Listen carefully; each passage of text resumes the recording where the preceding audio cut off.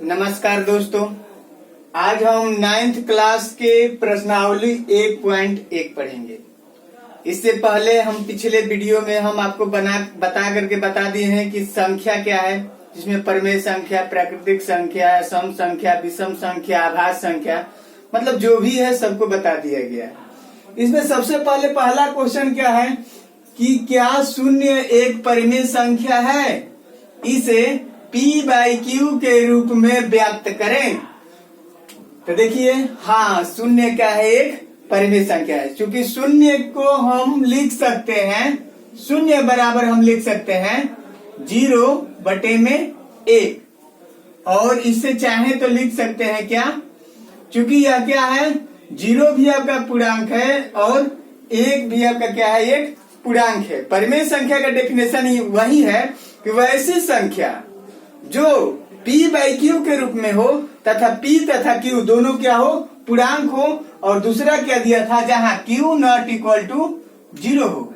तो यहाँ Q भी क्या है, 0 के बराबर नहीं है। यह क्या है, P/Q के रूप में है, अतः आपका 0 क्या है, परिमेय संख्या है। और इसे देखिए P/Q के रूप में बदल दिए हैं, और ये क्या है, Q ≠ 0 भी है, जहां आपका 0 भी पूर्णांक है और 1 भी पूर्णांक है। ठीक है, आगे हम देखते हैं। दूसरा क्वेश्चन है आपका कि 3 और 4 के बीच में 6 परिमेय संख्या निकालें। 3 और 4 के बीच में 6 परिमेय संख्या निकालने के लिए एक विधि वैसी है कि दोनों को जोड़ करके और 2 से डिवाइड कर देंगे तो वो आपका पहला परिमेय संख्या हो जाएगा। फिर उस संख्या को पहली संख्या से जोड़ करके 2 से विभाजित कर देंगे तो वो आपका दूसरा परिमेय संख्या हो जाएगा। देखिए, पहला मेथड ये है, फर्स्ट मेथड, कि दोनों को जोड़ दीजिए और 2 से विभाजित कर दीजिए। ठीक ना, ये पहला तरीका हो गया, पहला तरीका। तो पहली परिमेय संख्या के लिए हम क्या करेंगे, पहली परिमेय संख्या दोनों को जोड़ दीजिए, 3 + 4/2 कर देंगे, मतलब 7/2। फिर 7/2 को 3 के साथ लीजिए दूसरी परिमेय संख्या के लिए,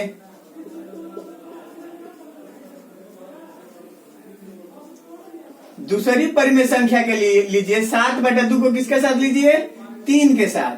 अब इन दोनों को जोड़ करके 2 से क्या कर देंगे, विभाजित कर देंगे।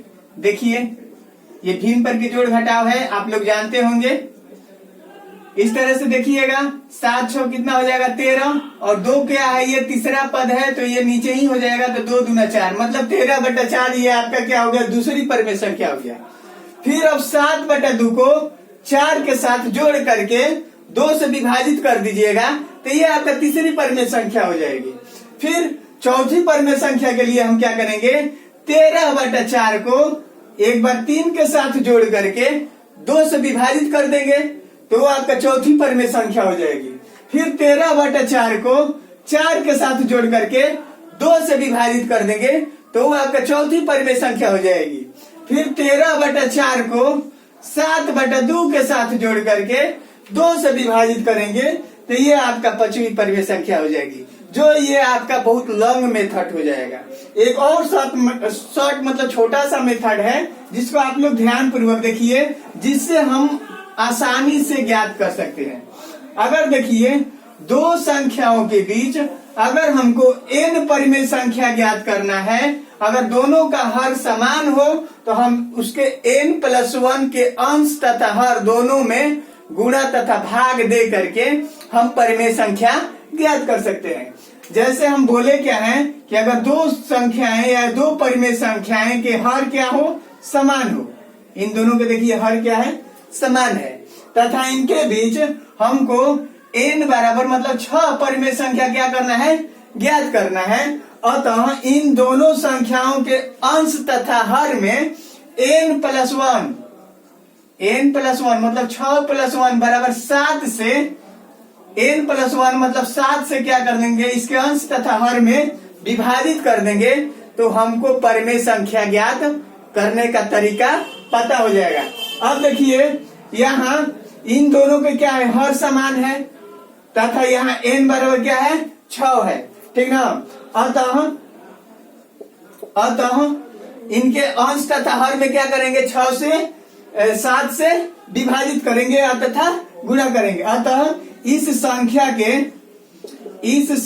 के अंश तथा हर में देखिए, अंश ऊपर वाले को बोलते हैं और हर नीचे वाले को बोलते हैं। अगर कोई भी संख्या, कोई भी पूर्णांक लिखा हुआ है तो जो ऊपर वाला न्यूमरेटर होता है उसको अंश बोलते हैं, जो नीचे वाला होता है उसे डिनोमिनेटर बोलते हैं, उसे हम क्या बोलते हैं, हर बोलते हैं। हर में क्या करेंगे, 7 से गुणा कर देंगे। गुणा करने पर देखिए, अंश में 7 से गुणा कीजिएगा तो इसको हम चाहे तो लिख सकते हैं क्या, 3, इसको लिख सकते हैं इस तरह से हम देखिए 21/7 हो जाएगा। फिर आपका क्या है, 4 है ना, 4 के भी हम क्या करेंगे, अंश में भी 7 से गुणा करेंगे और हर में भी 7 से गुणा करेंगे। तो इस तरह से क्या हो जाएगा, ये 4 है तो ये हो जाएगा आपका 28 और बटा में 7। इस तरह से आप देखिए, अब इन दोनों के बीच हमको 6 परिमेय संख्या ज्ञात करना है। तो ये आपका पहला परिमेय संख्या हो जाएगा 22/7। देखिए ये 21 से स्टार्ट है ना, इसके बाद वाली संख्या के लेंगे। फिर हम क्या करेंगे, 23/7। फिर देखिए 24/7। फिर कहां तक जाएंगे, तो 28 तक जाएंगे। 25/7, 26/7, 27/7। इस तरह से देखिए 3 और 4 के बीच हमारा कितना परिमेय संख्या निकल गया, 6 परिमेय संख्या निकल गया। जब इसके हर समान है तो हम उसके अंश तथा हर में n+1 से गुणा कर हम उतना परिमेय संख्या निकाल सकते हैं। कभी कभी क्या होता है कि हर समान नहीं रहता है तो हम उसका एलसीएम लेकर के किसी भी तरह से उसके हर समान करके और पुनः इसी मेथड के द्वारा हम उतना परिमेय संख्या निकाल सकते हैं। इसमें आप लोग बहुत सारा क्वेश्चन बनाइएगा, अगर कोई दिक्कत होगा तो आप हो सके तो हमसे पूछिएगा। ठीक, अब इसको देखिए 3/5 है और 4/5 है, के बीच 5 परिमेय संख्या ज्ञात करना है। इसके बीच कितने परिमेय संख्या ज्ञात करना है, 5 परिमेय संख्या। तो हम यहाँ n बराबर आपका क्या है, 5 है। अतः इन दोनों का डिनोमिनेटर देखिए 5 क्या है, सेम है, एक जैसा है। अतः इसके अंश तथा हर में 5+1 मतलब 6 से क्या करेंगे, गुणा करेंगे। अब देखिए 3/5 है, इसके अंश तथा हर में हम 5+1 मतलब 6 से गुणा तथा भागा करेंगे तो ये आपका 18/30 आ जाएगा। फिर इसी तरह से 4/5 के अंश तथा हर में 6 से गुणा तथा भागा करेंगे तो 6 चौके 24 हो जाएगा। 24 बटा में क्या हो जाएगा, 30 हो जाएगा। इस तरह से 3/5 और 24/30 के बीच में 3/5 और 4/5 के बीच में आपका जो परिमेय संख्या हो जाएगा इन दोनों के बीच होगा। क्योंकि इसका वैल्यू ये है और 4/5 का वैल्यू ये 24/30 है। तो इन्हीं दोनों के बीच में जो परिमेय संख्या होगा वही 3/5 और 4/5 के बीच में वही परिमेय संख्या होगा। तो इसको हम परिमेय संख्या लिखेंगे तो 18 के बाद क्या होता है, 19/30, 20/30, 21/30, 22/30, इस तरह से हम लिख सकते हैं 23/30। देखिए तो ये आपका क्या हो गया, 5 परिमेय संख्या हो गया जो 3/5 और 4/5 के बीच स्थित है। फिर हम आगे देखिए, ये आपका प्रश्नावली एनसीईआरटी का 1.1 क्लियर हो गया। उसमें कुछ डेफिनेशन रह गया है जिसको पिछले वीडियो के आधारित पर आप उसको आसानी से बना सकते हैं। ये श्योर है कि आप देखिएगा तो जरूर बना लीजिएगा। फिर हम आगे जाते हैं संख्या रेखा। देखिए अगला चैप्टर है 1.2। उसमें क्या करना है, √2 को संख्या रेखा पर निरूपण करना है, √3 को संख्या रेखा पर निरूपण करना है। देखिए थोड़ा सा बता देते हैं कि हम संख्या रेखा पर निरूपण करते कैसे हैं। अगर मान लीजिए कि कोई नंबर लाइन ले लिए, ये नंबर लाइन ले लिए 0, 1, 2, 3, -1, -2, तो इसी को हम नंबर लाइन बोलेंगे। तो अगर हम कहें कि -3 का संख्या रेखा पर निरूपण कीजिए तो -3 का संख्या रेखा पर निरूपण यही हो जाएगा। यही क्या होगा, -3 का संख्या रेखा पे निरूपण हो जाएगा। इसको थोड़ा बड़ा कर देंगे। अगर कहेंगे कि 2.5 को संख्या रेखा पर निरूपित कीजिए, तो 2.5 मतलब 2.5 क्या है, 2 और 3 के बीच में है, तो अतः आपका 2.5 यहाँ होगा। अतः यही जो होगा 2.5 क्या है, संख्या रेखा पर निरूपण। इसका मतलब 0 और इस रेखा के बीच में जो डिस्टेंस होगा 2.5 का होगा। इसका मतलब -3 का संख्या रेखा के निरूपण का मतलब कि 0 और इसके बीच जो नंबर लाइन है उसके बीच का जो डिस्टेंस होगा वो -3 होगा।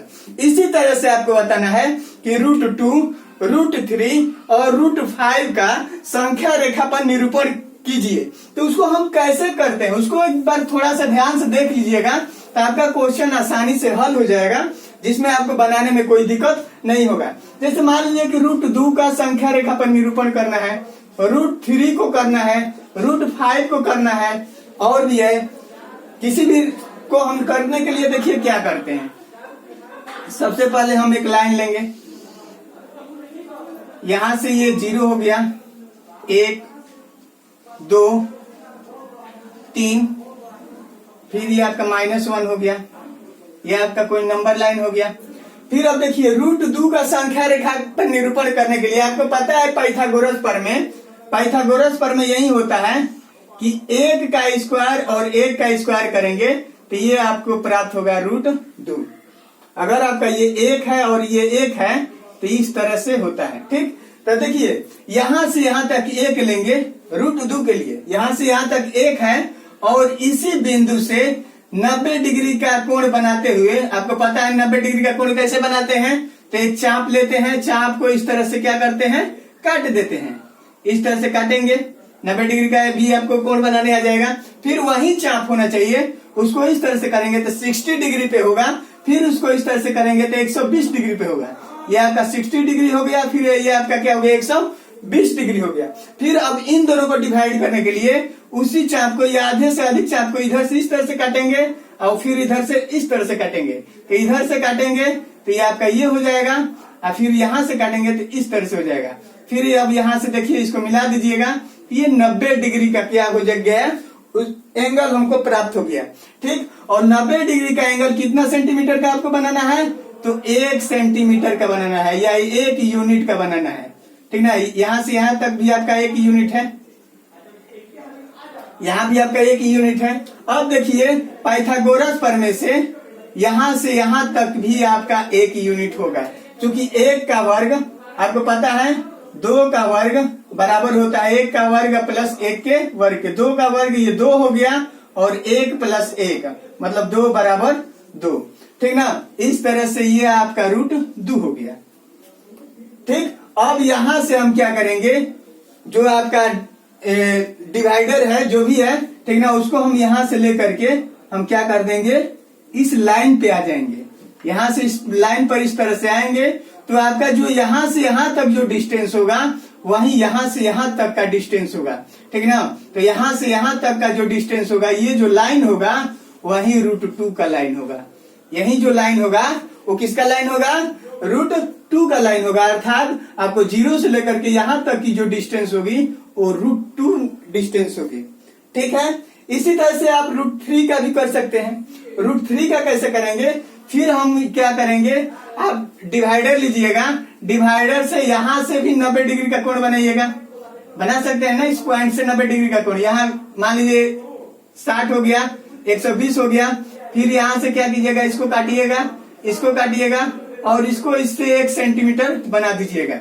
यहां भी आपको 1 ही सेंटीमीटर लेना है। अब देखिए ये √2 है और ये 1 सेंटीमीटर है।